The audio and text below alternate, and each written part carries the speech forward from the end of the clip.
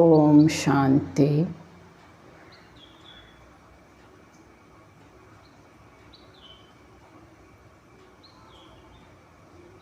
ಮಸ್ತಕದ ಮಧ್ಯೆ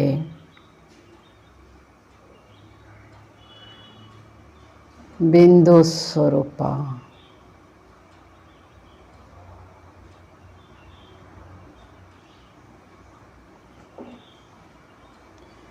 ಪವಿತ್ರ ಪ್ರಕಾಶ ಜ್ಯೋತಿ,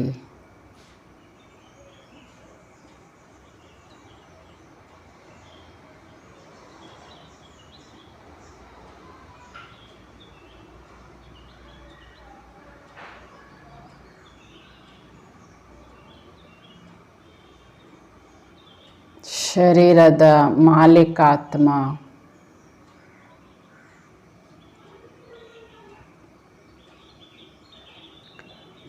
ಅನಾದಿ ಆದಿ ಪವಿತ್ರ ಸ್ವರೂಪಾತ್ಮ,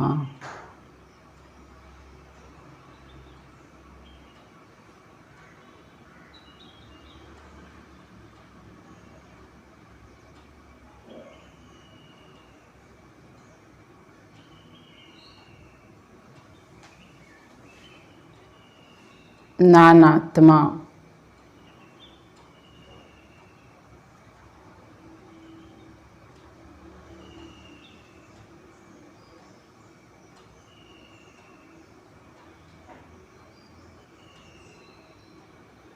ಅವಿನಾಶಿ ಬಿಂದು ಸ್ವರೂಪ,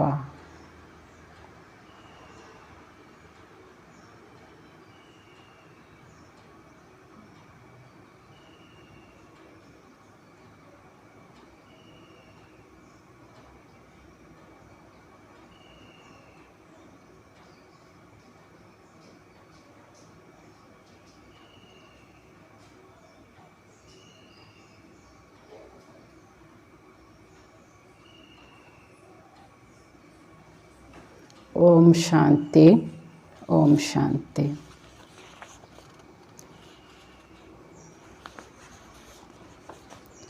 ಮುರಳಿ ದಿನಾಂಕ 10-11-21 बाप दादा मधुबन। मीठे बच्चे, भारत सभी का तीर्थ स्थान है, इसलिए सब धर्म वालों को भारत तीर्थ की महिमा सुनाओ, सबको संदेश दो। ಮಧುರ ಮಕ್ಕಳೇ, ಭಾರತ ಎಲ್ಲರ ತೀರ್ಥ ಸ್ಥಾನವಾಗಿದೆ. ಆದ್ದರಿಂದ ಎಲ್ಲ ಧರ್ಮದವರಿಗೆ ಹಾಗೂ ಭಾರತವೇ ತೀರ್ಥಸ್ಥಾನ ಎಂಬ ಮಹಿಮೆಯನ್ನು ಎಲ್ಲರಿಗೂ ಈ ಸಂದೇಶವನ್ನು ತಿಳಿಸಿರಿ ಅಂತ ಹೇಳ್ತಾರೆ ಬಾಬಾ. ಪ್ರಶ್ನ: किस पुरुषार्थ से तुम्हारी अंतमति सोगति होगी, निद्रा जीत बन जाएंगे? ಯಾವ ಪುರುಷಾರ್ಥದಿಂದ ನೀವು ಅಂತಮತಿ ಸೋಗತಿಯನ್ನು ಪಡಿತೀರಿ ಹಾಗೂ ನಿದ್ರಾಜೀತರಾಗುತ್ತೀರಿ? उत्तर: रात को जब सोने जाते हो तो पहले बाप और वर्षे को याद करो, सुदर्शन चक्र फिराते रहो। जब नींद आए तो सो जाओ, फिर अंतमति सोगति हो जाएगी। सवेरे उठेंगे तो वही पॉइंट याद आते रहेगी। ऐसा अभ्यास करते तुम नींद को जीतने वाले बन जाएंगे। जो करेगा सो पाएगा, करने वालों की चलन प्रसिद्ध होती जाती है। ರಾತ್ರಿ ಮಲಗುವ ಪೂರ್ವದಲ್ಲಿ ಬಾಬನ ನೆನಪು ಮಾಡಬೇಕು ಹಾಗೂ ಬಾಬಾ ಕೊಡುವ ಭಾಗ್ಯದ ನೆನಪನ್ನು ಮಾಡ್ತಿರಬೇಕು, ಅಥವಾ ಸ್ವದರ್ಶನ ಚಕ್ರವನ್ನು ತಿರುಗಿಸ್ತಾ ಇರಬೇಕು. ಸ್ವದರ್ಶನ ಅಂದರೆ ನೀವು ಪಂಚಸ್ವರೂಪ ಮತ್ತು ಬಾಬಾ ನಮಗೆ ಆದಿ ಅನಾದಿ ಮಧ್ಯ ಬ್ರಾಹ್ಮಣ ಫರಿಸ್ತ ರೂಪದ ಮತ್ತು 4 ಧಾಮಗಳ ಅನುಭವ ಮಾಡಿ ನೀವು ಆತ್ಮ ಬಿಂದು ಸ್ವರೂಪದ ಚಿಂತನೆ ಮಾಡಿ ಹೀಗೆ ಸುದರ್ಶನ ಚಕ್ರ ತಿರುಗಿಸ್ತಾ ಇರಬೇಕು. ಯಾವಾಗ ನಿದ್ದೆ ಬರ್ತದೆ ಅಂದರೆ ನೀವು ಈ ಚಿಂತನೆ ಮಾಡ್ತಾ ಇರುವಾಗಲೇ ನಿದ್ದೆ ಬಂದ್ಬಿಡ್ತದೆ. ನಿದ್ರೆಯಲ್ಲಿ ಕೂಡ ಆತ್ಮಕ್ಕೆ ಅದೇ ಸ್ವರೂಪ ಇರ್ತದೆ. ಹಾಗೆ ಸೋಗತಿ ಅಂತಮತಿ ಅಂತ್ಯದ ಯಾವ ಸಂಕಲ್ಪ ಯಾವ ಸ್ವರೂಪದಲ್ಲಿ ನೀವು ನಿದ್ರೆ ಮಾಡ್ತೀರಿ ಬೆಳಗ್ಗೆ ಎದ್ದು ಕೂಡಲೇ ಅದೇ ಪ್ರಕಾರದ ಗತಿ, ಅಂದರೆ ಅದೇ ಸಂಕಲ್ಪ, ಅದೇ ದೃಶ್ಯ ಪುನಃ ಮುಂದುವರಿಯುತ್ತದೆ. ಬೆಳಗ್ಗೆ ಎದ್ದು ಕೂಡಲೇ ಅವೇ ಪಾಯಿಂಟ್ಸ್ಗಳು ಪುನಃ ನೆನಪು ಬರ್ತದೆ. ಈ ರೀತಿ ಅಭ್ಯಾಸ ಮಾಡ್ತಾ ಮಾಡ್ತಾ ಇರೋರಿಗೆ ನಿದ್ರೆಯನ್ನು ಗೆಲ್ಲಲಿಕ್ಕೆ ಸಾಧ್ಯ ಆಗುತ್ತೆ. ಹೀಗೆ ಯಾರು ಈ ಪುರುಷಾರ್ಥವನ್ನು ಮಾಡ್ತಾರೆ ಅವರು ಭಾಗ್ಯವನ್ನು ಪಡ್ಕೋತಾರೆ. ಹೀಗೆ ಮಾಡ್ತಾ ಇದ್ದಾರೆ ಈ ಪುರುಷಾರ್ಥ ಎನ್ನುವವರ ನಡವಳಿಕೆ ತುಂಬ ಪ್ರಸಿದ್ಧಿ ಆಗುತ್ತೆ. ಅದರಿಂದ ಗೊತ್ತಾಗ್ಬಿಡುತ್ತದೆ. ಬೆಳಗ್ಗೆ ಹೇಳ್ತಿರ್ಬೇಕಾದ್ರೆ ಅವರ ಸ್ಥಿತಿ ತುಂಬ ಶಾಂತ ಪರಿಶುದ್ಧವಾದ ಸ್ಥಿತಿ ಇರ್ತದೆ, ನಿರ್ಮಲ ಇರುತ್ತೆ. ಅದಕ್ಕೆ ಅವರು ಮಾತು ಕಮ್ಮಿ, ಮೌನ ಇರ್ತಾರೆ, ಏಕಾಂತವಾಸಿಯಾಗಿ. ಯಾಕೆಂದರೆ ಅಂತಮತಿ ಸೋಗತಿ ಅವರಿಗೆ ಹಗಲಿಡಿಗೂ ಕೂಡ ತುಂಬ ಸಹಾಯ ಮಾಡ್ತಿರ್ತದೆ. ಗೀತ್ ಜೋ ಪಿಯಾ ಕೆ ಸಾಥ್ ಹೇ, ಯಾರೀಗ ಪ್ರಿಯತಮನೊಂದಿಗಿದ್ದಾರೆ. ओम शांति। जो पिया के साथ हैं, अब दुनिया में बाप तो बहुत हैं, परंतु उन सबका बाप रचयिता एक ही है, वही ज्ञान का सागर है। ज्ञान से ही सद्गति होती है। सद्गति भी मनुष्य की तब होती है जब सत्य की स्थापना होनी हो। ಪ್ರಿಯತಮ ಯಾರು? ಶಿವ ಬಾಬಾ. ಯಾರು ಪ್ರಿಯತಮನೊಂದಿಗಿದ್ದಾರೆ? ಈ ಪದ್ಯದ ಅರ್ಥ ಬಾಬಾ ತಿಳಿಸ್ತಾರೆ. ಜಗತ್ತಿನಲ್ಲಿ ಶರೀರದ ತಂದೆಯರು ಸಾಕಷ್ಟು ಜನ ಇದ್ದಾರೆ. ಈ ತಂದೆಯರಿಗೂ ತಂದೆ ರಚಯಿತ ಶಿವಬಾಬಾ ಜ್ಞಾನ ಸಾಗರ. ಜ್ಞಾನದಿಂದ ಸದ್ಗತಿಯನ್ನು ಕೊಡ್ತಾರೆ. ಸದ್ಗತಿ ದಾತ ಅಂದರೆ ಮನುಷ್ಯರಿಗೆ ಇಲ್ಲಿ ಸದ್ಗತಿ ಬೇಕಾಗಿದೆ. ಅದಕ್ಕೆ ಬಾಬಾ ಸತ್ಯುಗದ ಸ್ಥಾಪನೆಯನ್ನು ಮಾಡುತ್ತಿದ್ದಾರೆ. बाबा को ही कहा जाता है सदगति दाता, जब जब संगम का समय हो तब तो ज्ञान का सागर आकर सदगति में ले जाएंगे. ಹೀಗೆ ಸದ್ಗತಿ ದಾತ ಶಿವ ಬಾಬಾ ಯಾವಾಗ ಯಾವಾಗ ಬಾಬಾ ಸಂಗಮ ಯುಗದಲ್ಲಿ ಬರ್ತಾರೆ. ಸಂಗಮ ಯುಗದಲ್ಲಿ ಬಂದಾಗ ಬಾಬಾ ಹೇಳ್ತಿದ್ದಾರೆ ಜ್ಞಾನ ಸಾಗರನಿಂದ ನಮಗೆ ಸದ್ಗತಿ ದೊರೀತದೆ. इस समय दुर्गति तो सबकी है, दुर्गति भी सबकी एक जैसी नहीं होती, सबसे ಪ್ರಾಚೀನ ಭಾರತ है. ಹೀಗೆ ಕಲಿಯುಗದಲ್ಲಿ ಈ ಸಮಯದಲ್ಲಿ ಬಾಬಾ ಹೇಳ್ತಾರೆ ಎಲ್ಲರದ್ದು ಅವಸ್ಥೆ ದುರ್ಗತಿಯಲ್ಲೇ ಇದೆ. ದುರ್ಗತಿ ಕೂಡ ಎಲ್ಲರದ್ದು ಒಂದೇ ರೀತಿಯಾಗಿ ಇಲ್ಲ. ಇದು ಪ್ರಾಚೀನ ಭಾರತ. ಭಾರತವಾಸಿಗಳೇ 84 ಜನ್ಮವನ್ನು ಪಡಿತಾರೆ. जरूर जो पहले पहले मनुष्य होंगे वही 84 जन्म के लायक होंगे. देवताओं के 84 जन्म तो ब्राह्मणों के भी 84 जन्म मुख्य को ही उठाया जाता है. ಹೀಗೆ ಬಾಬಾ ಹೇಳ್ತಾ ಇದ್ದಾರೆ ಮೊಟ್ಟ ಮೊದಲು ಮನುಷ್ಯರಿಗೆ ಅಂದರೆ ಯಾರು ಸೃಷ್ಟಿ ಆರಂಭದಿಂದ ಬರ್ತಾರೆ ಅವರಿಗೆ 84 ಜನ್ಮ ಸಿಗ್ತದೆ. 84 ಜನ್ಮ ಅಂದರೆ ಬಾಬಾ ಹೇಳ್ತಾರೆ ಅದು ಕೂಡ ಲಾಯಕ್ ಆಗಬೇಕು ಪಡ್ಕೊಳ್ಳಿಕ್ಕೆ. ದೇವತೆಗಳು 84 ಜನ್ಮ ಪಡಿತಾರೆ. ದೇವತೆಗಳಾಗೋ ಪೂರ್ವದಲ್ಲಿ ಅವರು ಬ್ರಾಹ್ಮಣನಾಗಿರ್ತಾರೆ. ಬ್ರಾಹ್ಮಣರೇ ದೇವತೆಗಳು. ದೇವತೆಗಳೇ 84 ಜನ್ಮವನ್ನು ಪಡಿತಾರೆ. ಈ ದೇವತೆಗಳಲ್ಲಿ ಅತಿ ಮುಖ್ಯವಾಗಿ ಯಾರಿದ್ದಾರೆ ಅವರ ಉದಾಹರಣೆ ಕೊಡಲಾಗುತ್ತದೆ. बाप ब्रह्मा द्वारा नई सृष्टि रचने के लिए पहले पहले मुख्य लोक रचते हैं, फिर नई सृष्टि की स्थापना होती है. त्रिलोकीनाथ एक बाप हैं. ಶಿವ ಬಾಬಾ ಬ್ರಹ್ಮಾರವರ ಮುಖಾಂತರ ನವಸೃಷ್ಟಿಯ ರಚನೆಯನ್ನು ಮಾಡ್ತಾರೆ. ಮೊಟ್ಟ ಮೊದಲು ಸೂಕ್ಷ್ಮ ಲೋಕದ ರಚನೆ ಮಾಡ್ತಾರೆ. ನವಸೃಷ್ಟಿಯ ಸ್ಥಾಪನೆ ಮಾಡುವಂತಹ ಶಿವ ಬಾಬಾ ತ್ರಿಲೋಕಿ ನಾಥ ಎಂದು ಮಹಿಮೆ ಮಾಡಲಾಗುತ್ತದೆ. बाकी उनके बच्चे भी अपने के त्रिलोकी के नाथ कह सकते हैं. यहाँ तो बहुत मनुष्यों ने नाम भी रखवा दिए हैं त्रिलोकीनाथ.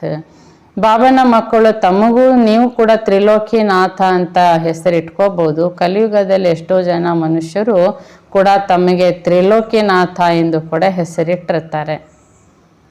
डबल देवताओं के भी नाम रखवाए हैं. गौरी शंकर, राधे श्याम. अब राधे कृष्ण अलग अलग राजाए के थे. जो अच्छे बच्चे हैं उनकी बुद्धि में बहुत अच्छी पॉइंट्स की धारणा रहती हैं. ಹೀಗೆ ಬಾಬಾ ಹೇಳ್ತಾರೆ ಕೆಲವರು ಕಲಿಯುಗದಲ್ಲಿ ಡಬಲ್ ಹೆಸರಿಟ್ಕೊಂಡಿರ್ತಾರೆ. ಗೌರಿ ಶಂಕರ್, ರಾಧಾಕೃಷ್ಣ, ರಾಮ್ ಶ್ಯಾಮ್, ರಾಮ್ ಲಕ್ಷ್ಮಣ್. ಹೀಗೆ ಬಾಬಾ ಹೇಳ್ತಿದ್ದಾರೆ ಈ ಪಾಯಿಂಟ್ಸುಗಳೆಲ್ಲ ಯಾರಿಗೆ ಅರ್ಥ ಆಗುತ್ತೆ ಅಂದರೆ ರಾಧಾಕೃಷ್ಣ ಹೆಸರು ಒಂದೇ ಅಲ್ಲ, ರಾಧಾ ಮತ್ತು ಕೃಷ್ಣ ಬೇರೆ ಬೇರೆ ರಾಜಧಾನಿಯವರಾಗಿರ್ತಾರೆ. ಇವೆಲ್ಲ ಪಾಯಿಂಟ್ಸುಗಳು ಮಕ್ಕಳ ಬುದ್ಧಿಯಲ್ಲಿರಬೇಕು, ಧಾರಣೆ ಆಗಬೇಕು. जो होशियार डॉक्टर होगा उनकी बुद्धि में बहुत दवाएं होगी, यहाँ भी रोज नई नई पॉइंट्स निकलती जाती। जिनकी अच्छी प्रैक्टिस होगी वह नई नई पॉइंट्स धारण करते होंगे। ಈಗ ಕೆಲವೊಂದು ತುಂಬ ಎಕ್ಸ್ಪರ್ಟ್ ಡಾಕ್ಟರ್ಸ್ ಅಂದರೆ ಅವರು ಪೇಷಂಟ್ ಬಂದಾಗ ನೋಡಿಬಿಟ್ಟು ಆಗೇನು ಔಷಧಿ ಬರಿಬೇಕಂತ ಹುಡುಕ್ತಾ ಕೂತ್ಕೊಳ್ಳಲ್ಲ, ಪುಸ್ತಕ ಆಗ ತೆಗೆದು ನೋಡಲ್ಲ. ಅವರು ಎಕ್ಸ್ಪರ್ಟ್ ಅಂದರೆ ಪೇಷಂಟ್ ನೋಡ್ತಿದ್ದಾಗೆ ಅವ್ರಿಗೇನು ಮೆಡಿಸಿನ್ ಬರಿಬೇಕು ಅಂತ ಅವರಿಗೆ ಬುದ್ಧಿಯಲ್ಲಿ ಆ ಮೆಡಿಸಿನ್ಸ್ ಎಲ್ಲ ನೆನಪಿರ್ತದೆ, ಬರೀತಾರೆ. ಹಾಗೆ ಬಾಬಾ ಹೇಳ್ತಿದ್ದಾರೆ, ಬಾಬಾ ಪ್ರತಿದಿನ ರಾಜ್ಯ ಭಾಗ್ಯ ಪಡ್ಕೊಳ್ಳೋಂಥ ಹೊಸ ಹೊಸ ಪಾಯಿಂಟ್ಸ್ಗಳನ್ನು ನಮಗೆ ತಿಳಿಸ್ತಾ ಇರ್ತಾರೆ. ಇದೆಲ್ಲ ಮಕ್ಕಳ ಬುದ್ಧಿಯಲ್ಲಿ ಪಾಯಿಂಟ್ಸ್ಗಳು ಧಾರಣೆ ಆಗಬೇಕಾಗಿದೆ.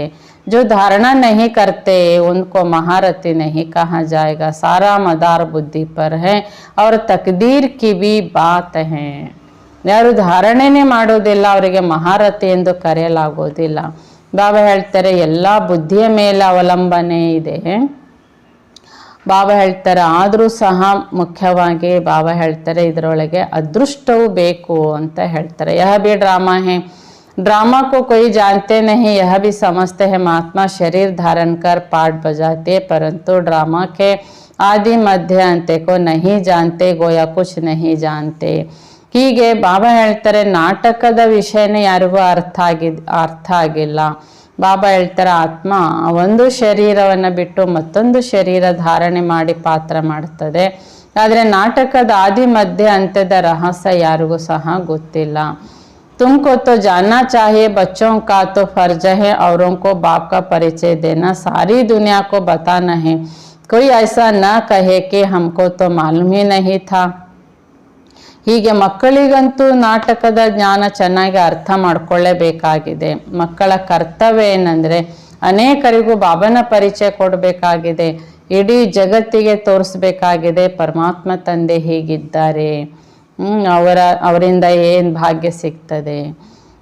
फॉरेन से भी बहुत आने वाले हैं, उन सब का प्रबंध करेंगे.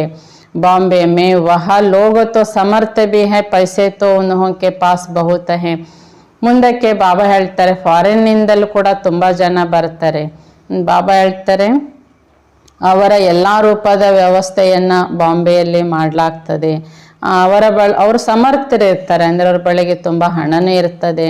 शिव को अपना बड़ा गुरु तो मानेंगे ना, इसलिए समझाया जाता है इन धर्म पिताओं का भी कुछ पार्ट है. ಹೀಗೆ ಶಿವನನ್ನ ಬಹುದೊಡ್ಡ ಗುರು ಅಂತೆಲ್ಲರೂ ಒಪ್ಕೊಳ್ತಾ ಇರ್ತಾನೆ.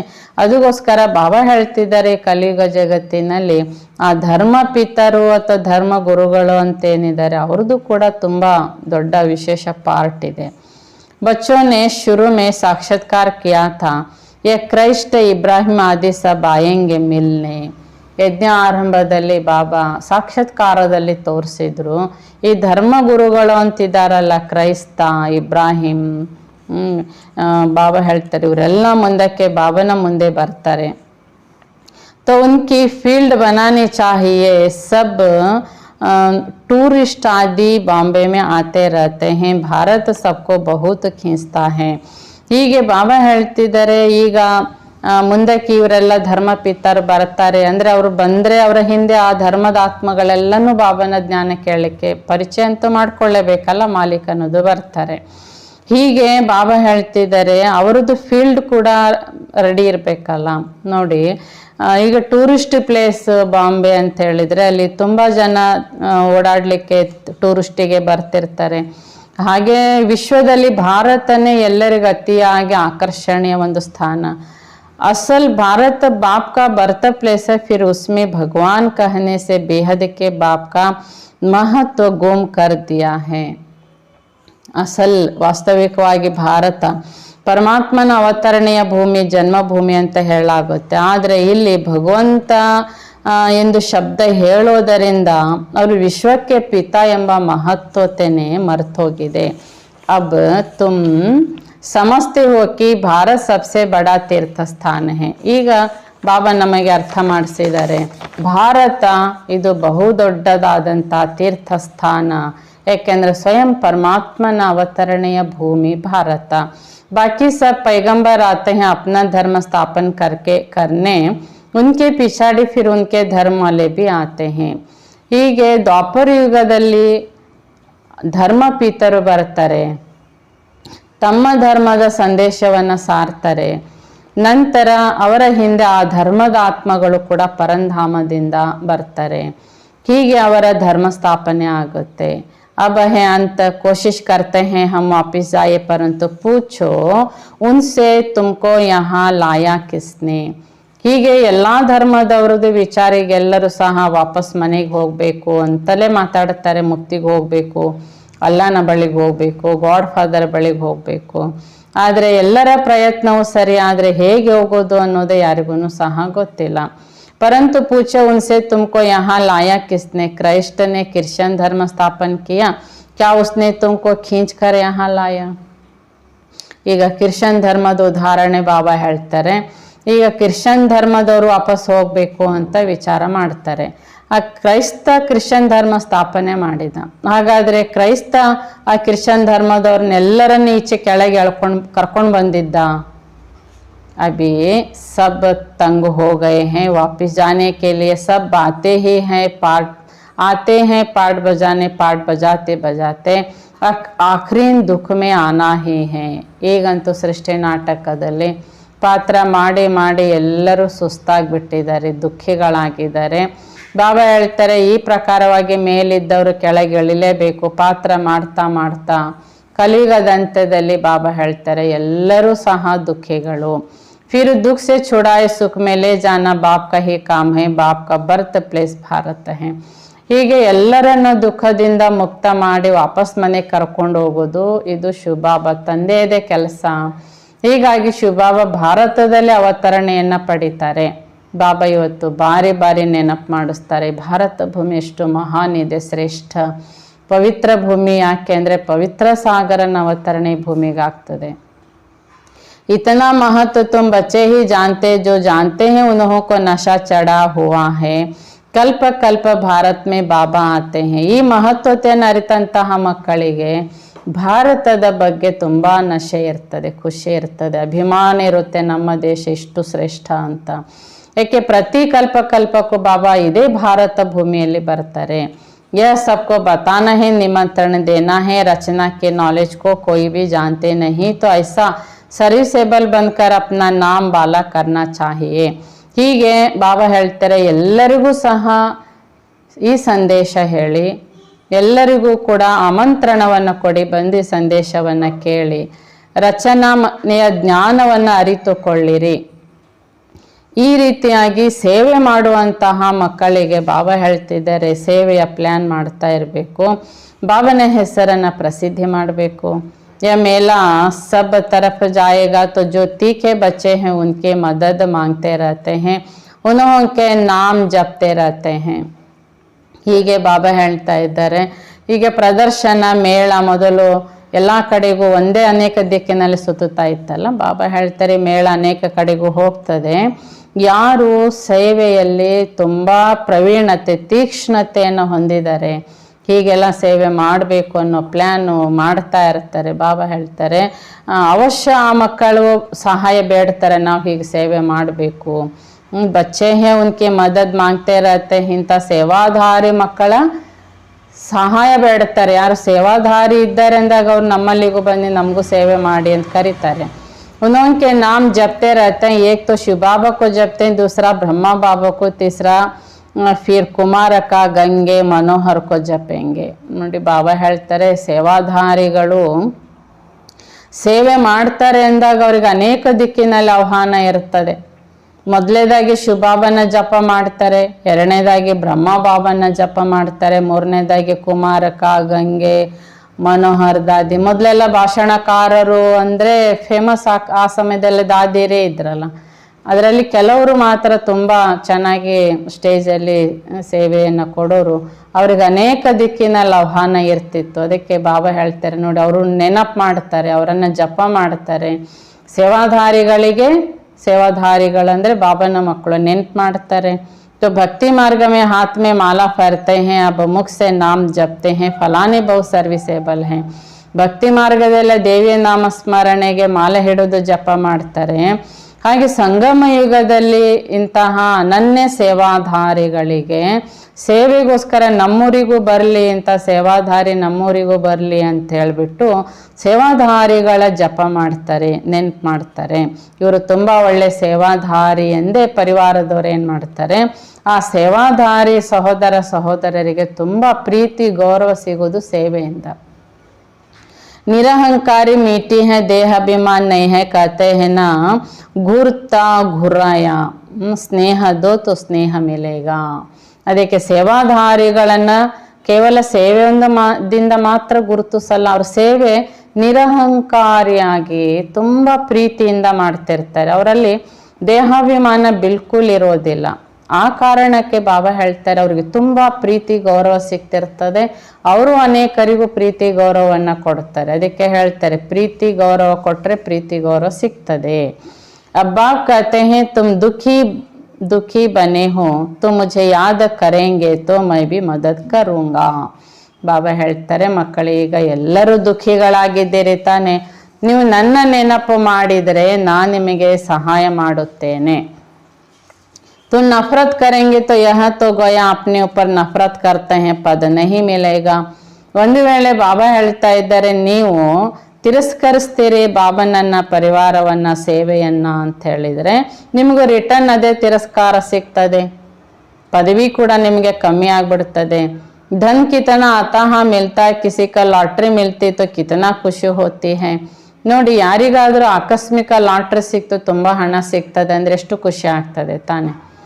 तो उसमें भी कितने इनाम आते हैं, फिर सेकंड प्राइज थर्ड प्राइज भी होते, यह भी ईश्वरीय रेस है.